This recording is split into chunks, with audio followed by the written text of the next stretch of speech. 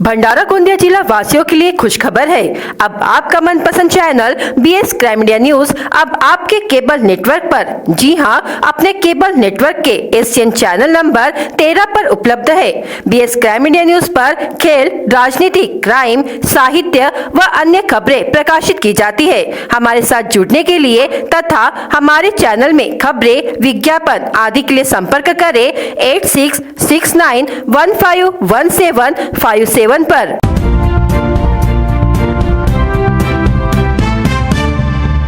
दोपहिया और ट्रैक्टर को टक्कर मारकर पान टपरी में घुसा टिप्पर।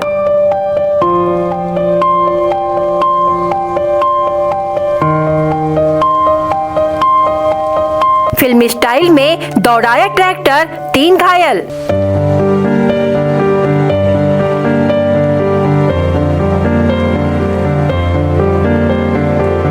टिप्पर के नीचे आने से 3 दोपहिया का नुकसान।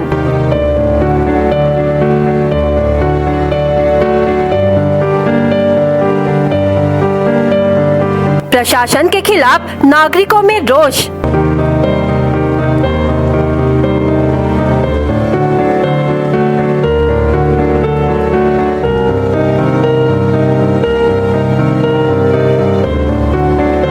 रॉन्ग साइड आकर दोपहिया को टक्कर मारकर भाग रहे टिप्पर के चालक ने 1 किलोमीटर दूर जाकर ट्रैक्टर को टक्कर मारी और अनियंत्रित वाहन पान टपरी में घुस गया। घटना शहर के जवार गेट परिसर में मंगलवार की सुबह 8 बजे हुई। इस दुर्घटना में दोपहिया चालक गंभीर रूप से घायल हो गया, जबकि पान टपरी में बैठे 2 लोग मामूली रूप से घायल हुए हैं। दुर्घटना के बाद नागरिकों ने प्रशासन के प्रति रोष व्यक्त किया।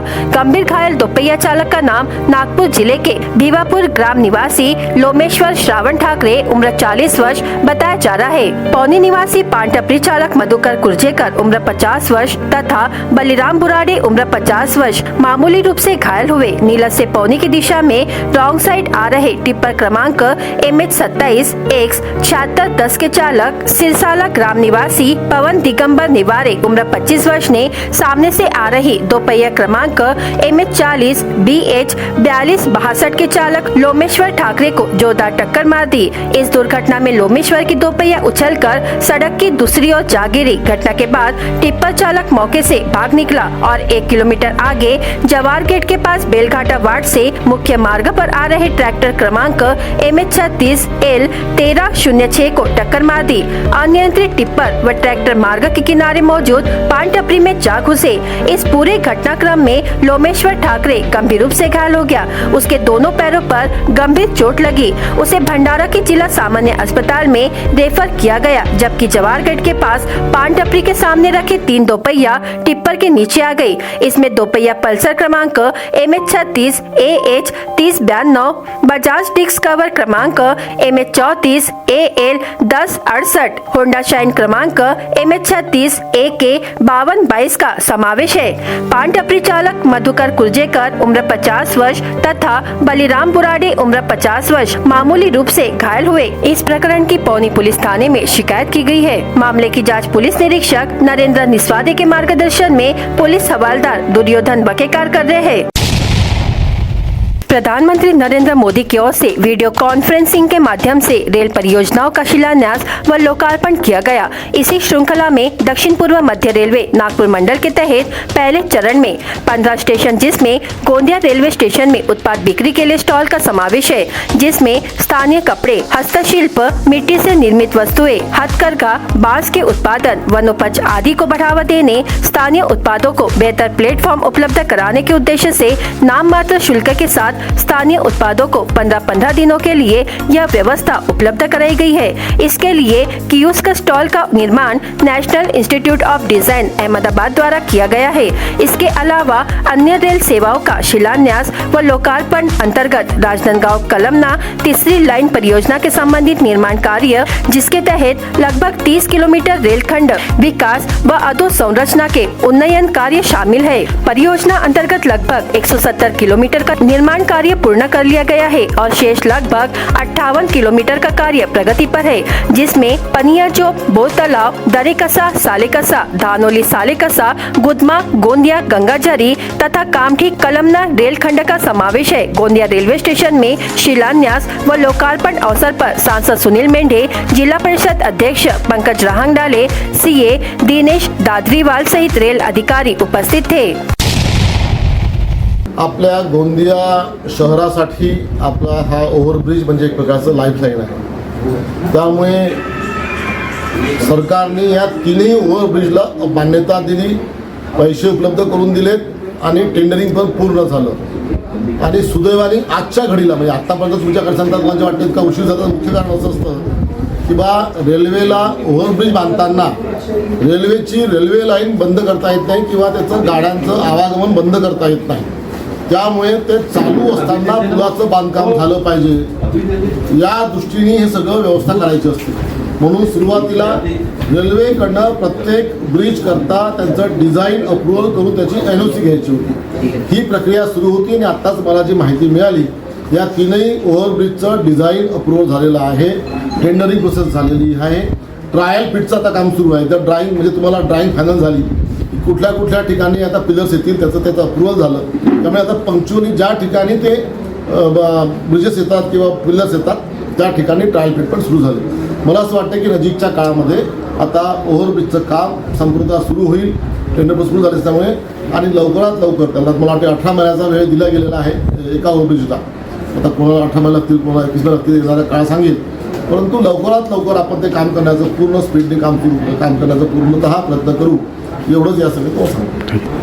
काल त्याच्यावरती चर्चा होणार होती दिल्लीला, इथं तो विषय वरच्या लोकांचा आहे किंवा आमच्या ज्येष्ठ नेत्यांचा आहे आणि त्यावरती चर्चा सुरू आहे। मला वाटतं नजीकच्या 1-2 दिवसामध्ये त्याच्यात तोडगा निघेल की बऱ्यापैकी वाद क्लिअर झालेला आहे। एक छुटपूट 1-2 जागावरती तो वाद शिल्लक राहिलेला आहे की ती जागा कोणी लढवावी, आपण एकत्रित बसून आम्ही तो विषय सोडतो नाही। केंद्राने 4 वर्षापूर्वीच आम्ही त्याचा ठराव केला होता, त्याचं इम्प्लिमेंटेशनसाठी काल आदरणीय नरेंद्र मोदीजींनी घोषणा केली। त्यामुळे CAA हे जी लोक आमची बांधव इतर देशातून विशेषतः बांगलादेश, पाकिस्तानमधून धार्मिक छळामुळे आमच्या देशामध्ये परत येतात, ते इथे विस्थापितांचं जीवन जगतात, त्यांना नागरिकता न मिळाली। कारण की आमच्या हिंदू लोकांना विशेषतः हिंदू शीख जे लोक आहेत आमची, जी मोठ्या प्रमाणात त्यांचे मूळ आमच्या देशाशी नातं जुळलेलं आहे, या मंडळींना इतर देश कसे स्वीकारणार? त्यामुळे त्यांना आमच्या देशात आल्याशिवाय दुसरीकडे पर्याय नाही आणि त्या देशात त्यांना त्रास होतो, त्यांना त्यांच्या धर्मावरून त्यांना त्रास दिला जातो। त्यामुळे अशा लोकांना आम्ही प्रवेश दिल्यानंतर ते आमचीच कुठलं ते गुन्हाबंद आमचीच कुठे त्यांचे जीन्स त्यांच्या रक्त आमचं जुळलेलं आहे, नाळ जुळलेली आहे, त्या लोकांना आमच्या देशामध्ये नागरिकत्व दिलं गेलं पाहिजे असं आम्ही ठराव लागू केला होता। त्याचं इम्प्लिमेंटेशन कालपासून सुरू झालं। ही आनंदाची बाब आहे। मी अभिनंदन करतो नरेंद्र मोदीजींचं की इतकी गंभीर आणि म्हणजे ठळक प्रश्नांना त्यांनी अगदी तडकाफडकी सोल्युशन दिलं आणि आता मला वाटतं त्या अनेक लोकांचा, लाखो लोकांचा तो प्रश्न सोल्युशन सॉल्व होईल आणि त्या लोकांना आमच्या देशाची नागरिकता मिळेल।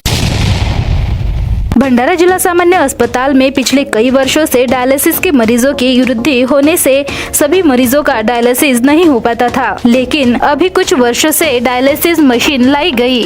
9 मशीनों के माध्यम से एक वर्ष में 1657 मरीजों का डायलिसिस किया गया, जिसमें भंडारा जिले सहित अन्य जिलों के डायलिसिस मरीजों का इलाज किया गया। भंडारा जिला सामान्य अस्पताल में डायलिसिस मरीजों का इलाज किया जा रहा है। जहाँ निजी अस्पतालों में डायलिसिस के लिए कई पैसे खर्च करना पड़ता है, वहीं भंडारा जिला सामान्य अस्पताल में मुफ्त डायलिसिस का इलाज मरीज करवा रहे हैं, जिसमें मध्य प्रदेश के भी मरीज अधिक संख्या में आकर डायलिसिस कराते हैं।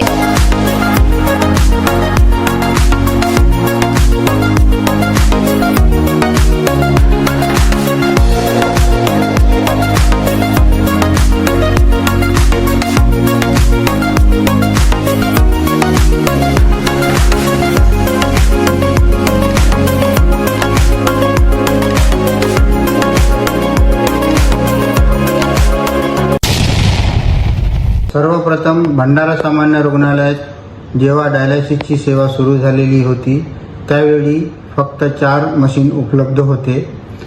त्यानंतर रुग्णाची संख्येमध्ये वाढ झाल्यामुळे आता 9 जे मशीन आहेत डायलिसिसच्या त्या 9 मशीन उपलब्ध झालेल्या आहेत आणि ह्या 9 मशीनवरती 24/7 प्रमाणे 24 घंटे डायलिसिसची सेवा मोफत दिल्या जात आहे आणि ह्या वर्षामध्ये एप्रिल 2023 ते मार्च 2024 आजपर्यंत एकूण 1657 रुग्णांनी डायलिसिसची मोफत सेवा घेतलेली आहे.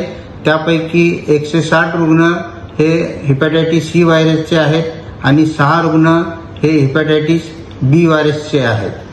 ही डायलिसिसची सेवा खाजगी रुग्णालयात समजा रुग्णांनी घेतली तर त्यामध्ये लाखोचा खर्च होतो आणि सर्व लोकांकडे आर्थिक परिस्थिती बराबर नसल्यामुळे काही लोक त्यापासून वंचित राहतात.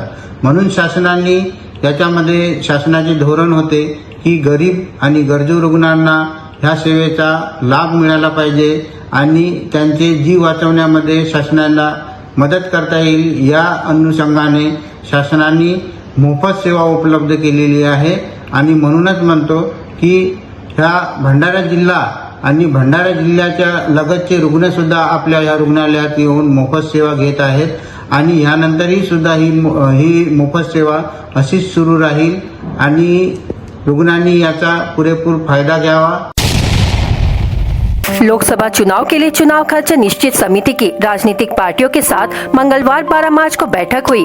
इस बैठक में जिलाधिकारी योगेश कुंभेजकर, उप जिलाधिकारी प्रशांत पिसाल, आदर्श आचार संहिता के नोडल अधिकारी तथा अतिरिक्त उप मुख्य कार्यकारी अधिकारी कमलाकर रणदीवे, खर्च नियंत्रण समिति के नोडल अधिकारी जिला परिषद के संतोष सोनी एवं माध्यम प्रमाणीकरण नोडल अधिकारी तथा जिला सूचना अधिकारी शैलजा दानले उपस्थित थे.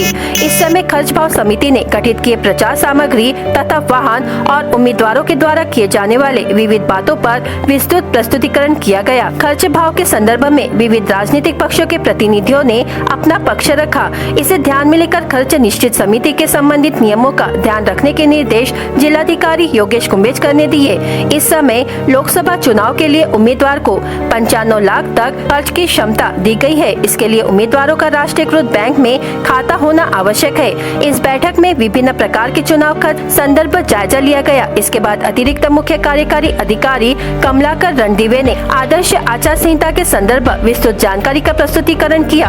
आदर्श आचार संहिता का पालन करके राजनीतिक पक्षों से सहकार्य करने की उम्मीद व्यक्त की. इस बैठक में आम आदमी पार्टी के चंचल साल्वे, बसपा के यशवंत वैद्य, भाजपा के प्रतिनिधि आशीष गोंडाने, भाजपा ओबीसी मोर्चा के महेंद्र निम्बाते, कांग्रेस कमेटी के विनीत देशपांडे, सुनील सुखदेवे, मनसा के नितिन खडीकर, शिवसेना शिंदे गुट के अनिल गायधने, शिवसेना ठाकरे गुट के संजय रेपाडे, एडवोकेट रवि वाढई, अरविंद पडोले, राष्ट्रवादी के नाना पंचबुद्धे, किरण अतकरी, अजय मेश्राम, दिलीप सोनुले, भाजपा के एनएम घाटे, एनसीपी के टीपी लोढ़े, आरएल नागरे उपस्थित थे. भंडारा जिले में 16 और 18 मार्च तक बेमौसम बारिश होने की संभावना मौसम विभाग ने व्यक्त की है.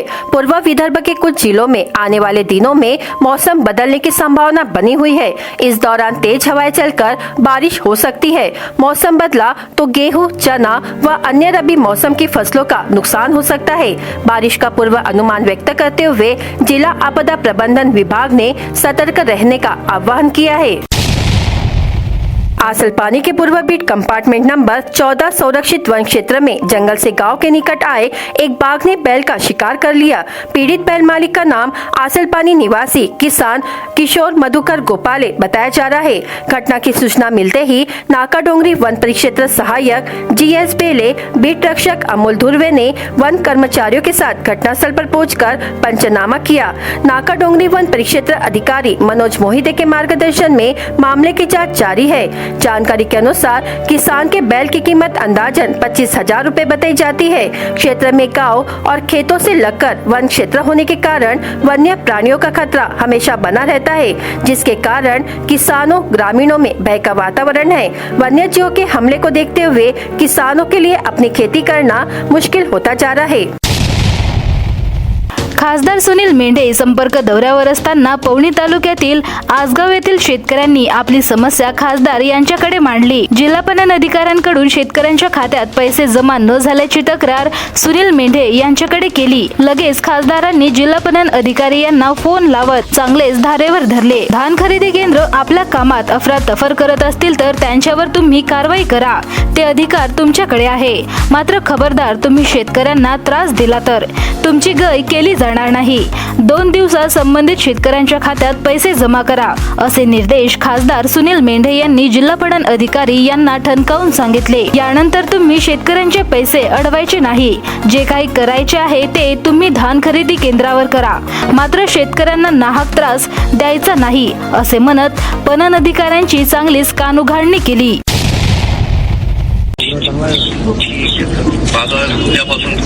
त्यांना फालतू गोंधळ सांगू नका, फालतू म्हणायला लफडे करू नका म्हणा।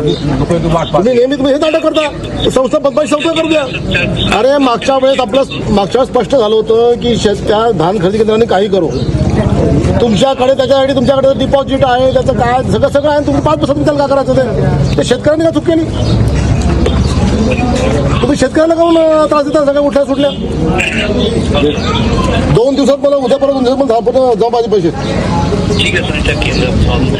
ते कोण आहे मला माहिती नाही। 2 दिवसात ते केंद्राचं काही लफडं असेल तर केंद्र सील करा, त्याला अटक करा, त्याला तुमच्या जेलमध्ये टाका, आम्हाला घेणं नाही। तुम्ही शेतकऱ्यांचे पैसे अडवायचे नाही, समजलं का? माझं मागे तुम्ही साहेबांशी बोलणं आलं होतं त्यामुळे मी मान्य होतं, त्याला मान्य केलं त्यांनी मागच्या वेळेस। जो काही गोंधळ असेल तो शेतकऱ्यांना तुम्ही त्यांना करा ना, त्याच्यावरती काही कारवाई करत नाही त्याला तुम्ही उठल्यावर शेतकऱ्यांना कारवाई करता तुम्ही। मला ते माहिती नाही, ते ताबडतोब करा। BS क्राइम इंडिया न्यूज आपके सामने पेश कर रहा है भंडारा क्राइम वारदात। हर जुर्म से हम आपको कराएंगे अवगत। आपके अपने चैनल पर रोजाना शाम 7 बजे, तो देखना ना भूलिए क्राइम वारदात। दोपहिया चालक ने छात्रा को टक्कर मार दी। इस दुर्घटना में 18 वर्षीय छात्रा घायल हो गई। घटना चपराट पहाड़ी देवस्थान के पास घटित हुई। छात्रा YC कॉलेज के प्रांगण से परीक्षा देकर वापस लौट रही थी। इस दुर्घटना को लेकर लाखनदुर पुलिस ने दोपहिया चालक के खिलाफ मामला दर्ज किया है। खेत में जाने के रास्ते के विवाद को लेकर बाप बेटे ने एक व्यक्ति की पिटाई कर दी। यह घटना ओपारा में हुई। आरोपी पुरुषोत्तम राउत उम्र 65 वर्ष और प्रवीण राउत उम्र 30 वर्ष ने विजय राउत उम्र 47 वर्ष के साथ आने जाने के रास्ते को लेकर झगड़ा किया और जान से मारने की धमकी दी। ग्राहक सेवा केंद्र से अज्ञात चोरों ने मौका देखकर रुपए चुरा लिए। घटना 11 मार्च को धारगांव में घटित हुई। इसे लेकर धारगांव के सिद्धार्थवाड़ निवासी भगवान नीलकंठ बोंद्रे उम्र 42 वर्ष की शिकायत पर अज्ञात चोरों के खिलाफ मामला दर्ज किया गया।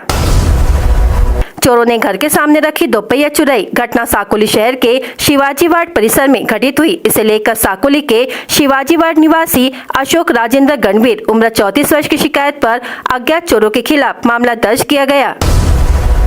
बस से उतरकर जिला परिषद चौक पर अपने कार्यालय जा रहे राहगीर को दोपहिया सवार ने पीछे से टक्कर मार दी, जिसमें उनके सिर पर चोट आई। घायल का नाम शशि कुमार रमेश चंद्र वर्मा उम्र 59 वर्ष है। इलाज के लिए निजी अस्पताल में भर्ती किया गया है। सालीकस्सा तहसील के दरबाड़ा ग्राम पंचायत के सरपंच तमिल टेमरे ने ग्राम सेवक अरुण सिरसाम को तहसील कार्यालय के सामने रोका और मारपीट की। इस मामले में महाराष्ट्र राज्य ग्राम सेवक संघ ने आपत्ति जताई है और सरपंच के खिलाफ कार्रवाई के लिए पुलिस और तहसीलदार से शिकायत दर्ज कराई।